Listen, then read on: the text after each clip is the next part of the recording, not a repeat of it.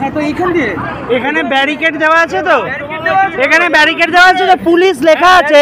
তুমি ড্রিঙ্ক করে রয়েছো, তুমি কি করছো এখানে? এখানে এতগুলো মেয়ে রয়েছে দেখতে পাচ্ছ, এখানে দেখতে পাচ্ছ কিসের জন্য আমরা এসেছি? আমরা ছেলে খেলা করতে আসিনি নিশ্চয়ই। যদি আজকে কারোর এখন ড্রিঙ্ক করে তুমি গাড়ি যে চালাচ্ছ পুলিশ লেখা অবস্থায় এই জায়গায়, তখন কি হতো? কি ক্ষমা করবো? এখানে তো ক্ষমা করে করে আজকে এই জায়গায় এসছে, আজকে এই যে নাম্বারটা এইটা, আর আজকে ক্ষমা করে করেই তো আজকে এই পরিস্থিতি। কেন? কিসের জন্য?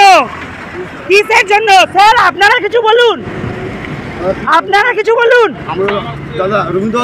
না, আপনি ড্রিঙ্ক করে কি করে নেই?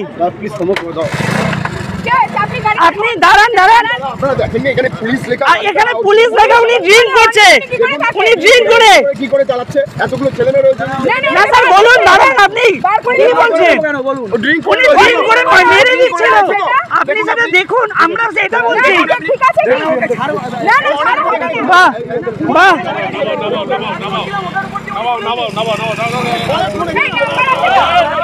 বাহ স্যার, বাহ স্যার।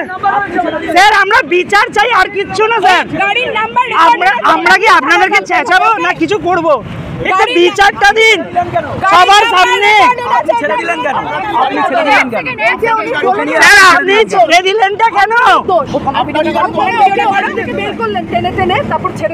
এইখানে আপনাদের পাশেই বসেছিল, পুলিশ লেখা আছে ওখানে, আপনাদের দোষ। এই হচ্ছে বলুন স্যার, আজকে যদি আমরা ড্রিঙ্ক করে চালাই আপনারা ছেড়ে দেবেন? কেন করছেন? আইন আইনের পথে রাখুন, আইনটাকে আইনের পথে রাখুন, আইনটাকে আইনের পথে রাখুন। আমরা আর কিচ্ছু চাই না। ওনাকে ছেড়ে দেবো, আপনি ছাড়লেন কেন ওনাকে?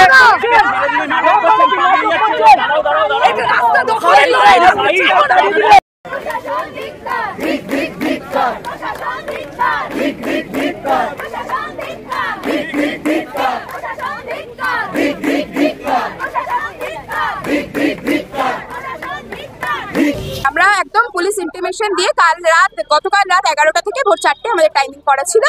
আমরা এখানে রবীন্দ্রভারতী ইউনিভার্সিটির কল ছিল, সারা রাস্তাটা জুড়ে আমরা আঁকা লেখা আরজি করের প্রতিবাদে যা যা হচ্ছে গান করে জমায়েত করছি, সেটা শেষ হয়ে এসেছিল। 4টের সময় আমাদের কল ছিল, 3টে 10-15 থেকে ওনারা আমাদের বলেন যে আর কতক্ষণ। আমরা তখন বলি আমাদের রঙও শেষ হয়ে এসছে, আর একটুখানি বাকি, আমরা করে বেরিয়ে যাচ্ছি।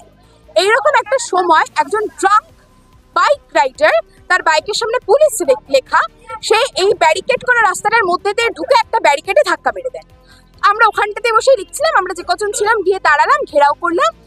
উনি নিজে আমাদের বলছেন যে ক্ষমা করে দিন, ভুল হয়ে গেছে, ছেড়ে দিন, এই কথাগুলো উনি বলছিলেন, কিন্তু উনি বলার মতো পরিস্থিতিতেও ছিলেন না, ওনার কথা জড়িয়ে যাচ্ছিল, উনি এতটাই ড্রাঙ্ক ছিলেন। আমরা কিছুই করতাম না, হয়তো সবাই মিলে ওনাকে একটু ধমক দিত, দিয়ে ছেড়ে দিত, বা হার্ডলি একটা এফআইআর করতো, করে ছেড়ে দিত। এফআইআরটা করার কারণ হচ্ছে উনি নিজে বলেছেন যে উনি একদম সিভিক, আর উনি এখানে ডিউটি করছিলেন, আরপিআই প্রোটেস্টনের ডিউটি ছিল। এফআইআরটা করার রিজন আমাদের এটাই যে অন ডিউটি সিভিক হোক, পুলিশ হোক, যেই হোক, সে ড্রাঙ্ক কন্ডিশনে ডিউটি করছিল, এইটুকু আমাদের দাবি ছিল। হঠাৎ করে এই পুলিশ ওখানে আসেন, এসে বলেন যে আচ্ছা আমরা বাইকটাকে ব্যারিকেডটা ক্রস করিয়ে রেখে দিচ্ছি, রেখে দিয়ে আপনারা কথা বলুন। এই বাইকটা ব্যারিকেডটা ক্রস করাতে গিয়ে উনি ওনাকে কমপ্লিটলি পালাতে সাহায্য করেন, উনি ফুল স্পিডে বাইক নিয়ে বেরিয়ে যান, তখন হঠাৎ করে এমনি চলে গেল। Then we guarded him and আমরা ওনাকে নিয়ে আটক করেছি, এই কারণে যে যতক্ষণ না ওনাকে এখানে নিয়ে আসা হবে এটা চলবে, এবং আমরা ওনার এগেনস্টে এবং এনার এগেনস্টে দুজনের এগেনস্টে এফআইআর করবো। তো বন্ধুরা আপনারা কিন্তু দেখতেই পেলেন যে মদ্যপ অবস্থায় একটি সিভিক কিন্তু ডিউটি করতে এসছে, যেন মনে হচ্ছে মামা বাড়ি আবদার খেতে এসছে, মদ্যপ অবস্থায় ডিউটি। তো শেষমেশ কি হলো দেখুন, শেষমেশ কিন্তু ধরাও পড়ে গেল রবীন্দ্র মুক্ত ইউনিভার্সিটির স্টুডেন্টদের হাতে। আর তারপর সেই সিভিক হাতে পায়ে চেপেদের সে ক্ষমা যাচ্ছে যে ক্ষমা করে দাও, ভুল হয়ে গেছে, মামা বাড়ি আবদার খেতে এসছে, ছাত্রদের কাছে ক্ষমা চাইছে। দেখতেই পেলেন আপনারা সেই ভিডিও।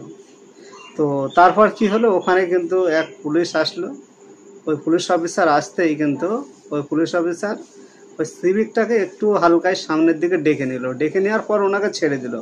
আর তখনই ওখানে থাকা স্টুডেন্টরা কিন্তু ওই পুলিশ অফিসারকে ঘিরে ধরে দেখতেই পাচ্ছেন যে ধিক্কার জানাচ্ছে, এবং ওরা তো বলছে আপনি সেই সিভিককে ডাকুন, তারপরে আপনাকে ছেড়ে দেওয়া হবে। তো বন্ধুরা, সাধারণত কোনো ব্যক্তি যদি মদ খেয়ে যদি গাড়ি চালায়, তাহলে সেক্ষেত্রে কিন্তু পুলিশ কী করে, পানিশমেন্টের ব্যবস্থা করে, তাকে কিন্তু উপযুক্ত শাস্তি দেয়। আর এক্ষেত্রে কি হলো, একজন সিভিক মদ্যপ অবস্থায় ডিউটি করতে এসে কে ধরবে? শেষমেশ ধরলো স্টুডেন্টরাই। আর স্টুডেন্টরা কিন্তু সিভিককে যেমন ধিক্কার জানিয়েছে, সেই রকমই একজন পুলিশ কিন্তু সেই সিভিককে পালিয়ে যেতে সহায়তা করেছে, তাই সেই পুলিশকেও কিন্তু ধিক্কার জানিয়েছে। তবে আজকে একটা কথা বলতে চাই যে আইন কিন্তু সকলের জন্য সমান হওয়া উচিত। আর মদ্যপ অবস্থায় কেমন ডিউটি হবে এটা কিন্তু আপনারা বুঝতেই পারছেন।